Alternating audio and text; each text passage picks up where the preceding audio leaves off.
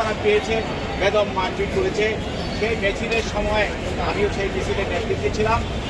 তারপরে সেই মিছিল থেকে যখন আমরা জীবন রক্ষা করার জন্য আমরা বিভিন্ন জায়গায় যখন আন্দোলন করি, এই সময়ে তারা ওই মিছিল নিয়ে এসে আমাদের ঢাকা বারে আইনজীবী সমিতিতে আসে, এসে আমাদের বিএনপি আইনজীবীদের যে চেম্বারগুলো ছিল, আমার চেম্বার সহ সকল চেম্বার তারা ভেঙে ফেলে এবং তছনছ করে এবং পেট্রোল দিয়ে আগুন দেওয়ার চেষ্টা করে এবং আমাদের মূল্যবান জিনিসপত্র টাকা পয়সা তারা ছিনিয়ে নেয়।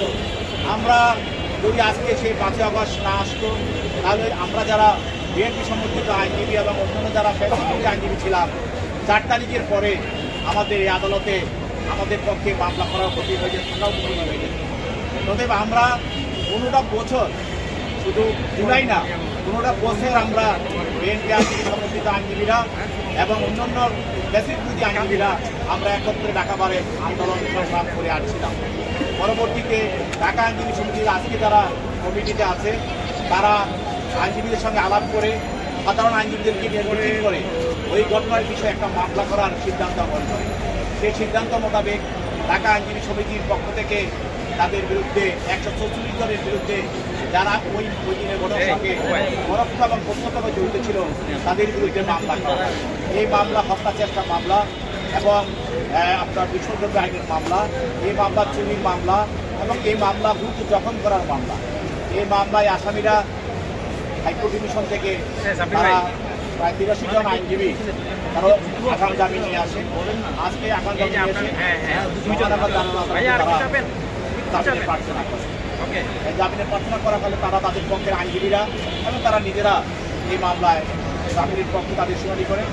প্রসিকিউশনের পক্ষে এবং চিফ প্রসিকিউটর হিসাবে আমি এবং আমাদের আদালত প্রসিকিউটর ছিল, তারা আমরা তাদের জামিনের বিরোধিতা করি এবং তাদের জামিন বিরোধিতার সপক্ষে আমরা আমাদের বক্তব্য তুলে করি এবং আমরা আমাদের ওই দিন 4 তারিখে যে ঘটনাগুলো ঘটেছিল তাদের যে ভিডিও ফুটেজ ছবি, সেগুলি আমরা আদালতে উপস্থাপন করি এবং বিভিন্ন মেডিকেলের কাগজপত্র আমরা আদালতে উপস্থাপন করি।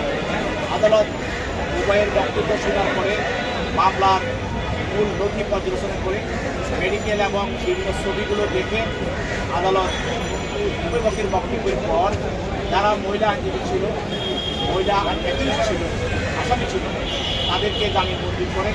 আর একজন বয়স্ক আইনজীবী ছিলেন, তারও জামিন মঞ্জুর করেন। আর 82 জনের মধ্যে প্রায় 11 জনের জামিন মঞ্জুর করেন।